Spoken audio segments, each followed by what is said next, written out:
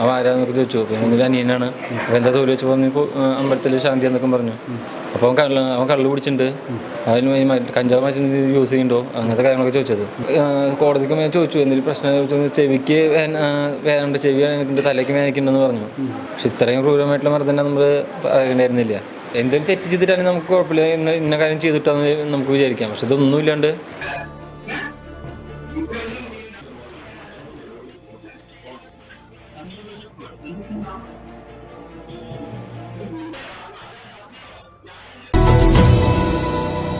സുബിൻ സുജിത്തിന്റെ ചേട്ടനാണ്.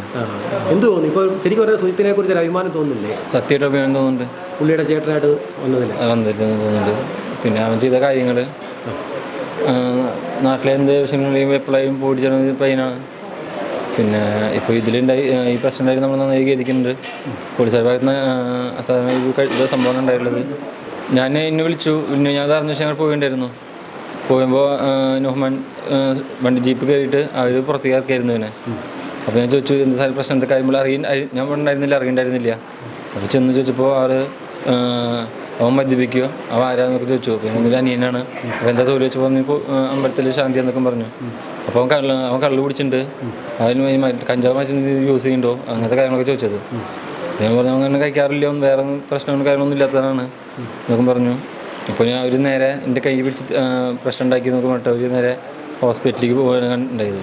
അന്ന് പോയില്ലായിരുന്നോ? ഞാൻ പോയിണ്ടായിരുന്നു. കൂടെ പോയായിരുന്നു. അപ്പോൾ അവരുടെ പെരുമാറ്റവും രീതിയൊക്കെ എങ്ങനെയായിരുന്നു? ഇത് തട്ടിക്കയറിലായിരുന്നു എല്ലാവരോടും. അത് നമ്മൾ സ്റ്റേഷൻ്റെ അവിടെ നിൽക്കുമ്പോൾ തന്നെ നമ്മളോട് പുറത്തേക്ക് പോകാനും അവിടെ നിൽക്കാൻ പാടില്ല എന്നൊരു സംസാരമൊക്കെ ആയിരുന്നു അവിടെ. അപ്പോൾ നമ്മൾ സ്റ്റേഷൻ്റെ പുറത്തായിരുന്നു നമ്മൾ നിന്നിരുന്നത്. അപ്പോൾ ഹോസ്പിറ്റലിൽ ആകുമ്പോൾ മുണ്ടും ഒരു ഷർട്ടും കൊണ്ടുവരാൻ പോകുന്നുണ്ടായിരുന്നു. അപ്പോൾ നമ്മളത് ചെയ്ത് കൊടുത്തു.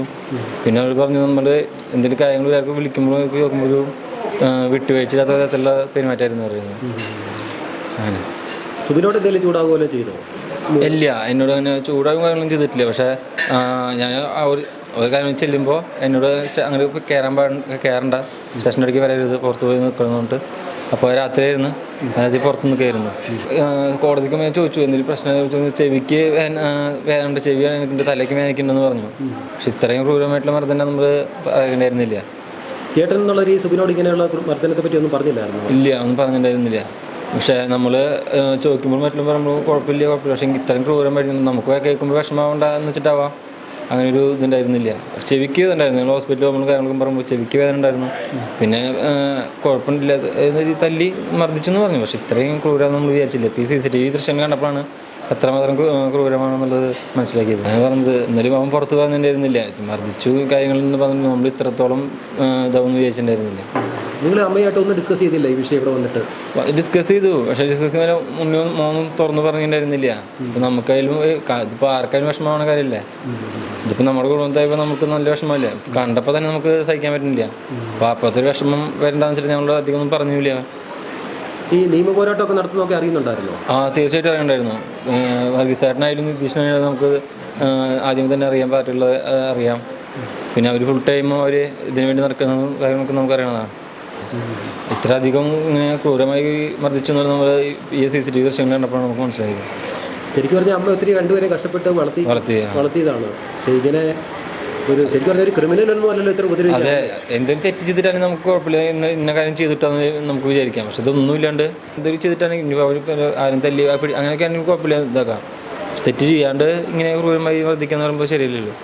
ഇനിയും അവരെ പോലീസുകാർ ഭാഗത്ത് തെറ്റുകളിരിക്കട്ടെ. അല്ലേ, ജനമൈത്രി പോലീസ് എന്നൊക്കെ പറഞ്ഞ വെറുതെ പേരിന് മാത്രമുള്ളവർക്ക് നമുക്ക് ഒരിക്കലും ചിന്തിക്കും. നമ്മുടെ നാട്ടിലെ അമ്മമാരായാലും മറ്റുള്ളവരായാലും ഓരോ കാര്യങ്ങൾ അപ്പൂസാറിന് ഇങ്ങനെ പറ്റി അല്ലെങ്കിൽ അപ്പൂസാൻ അങ്ങനെ ഉണ്ടായി എന്ന് പറയുമ്പോൾ അവർക്ക് സത്യം പറഞ്ഞ വേദനയാണ്. കാരണം എല്ലാവരുടെ കാര്യങ്ങൾക്കും ഓടിച്ചെല്ലുന്നതാണ്. അപ്പോൾ സത്യം ഇത് കേൾക്കുമ്പോൾ അവനെ ഉൾക്കൊള്ളാൻ പറ്റുന്നില്ല. അവർക്ക് അവനിങ്ങനെ ചെയ്തു, ഇത്ര പോലീസുകാരിങ്ങനെ ക്രൂരമായി വർദ്ധിച്ചപ്പോൾ അവർക്ക് ഉൾക്കൊള്ളാൻ പറ്റുന്നില്ല. അല്ല, നമുക്ക് ഒറ്റ നോട്ടത്തിൽ ഒരു പ്രാവശ്യമല്ലേ വീഡിയോ കാണാൻ പറ്റുള്ളൂ, അതും അത്രയും കാണുന്നില്ല. ആദ്യത്തെ സ്റ്റേഷനിൽ വരുമ്പോൾ ആ വീഡിയോ മാത്രം കാണുമ്പോൾ തന്നെ എത്ര ആൾക്കാർക്ക് വേദനയെന്ന് പറഞ്ഞു.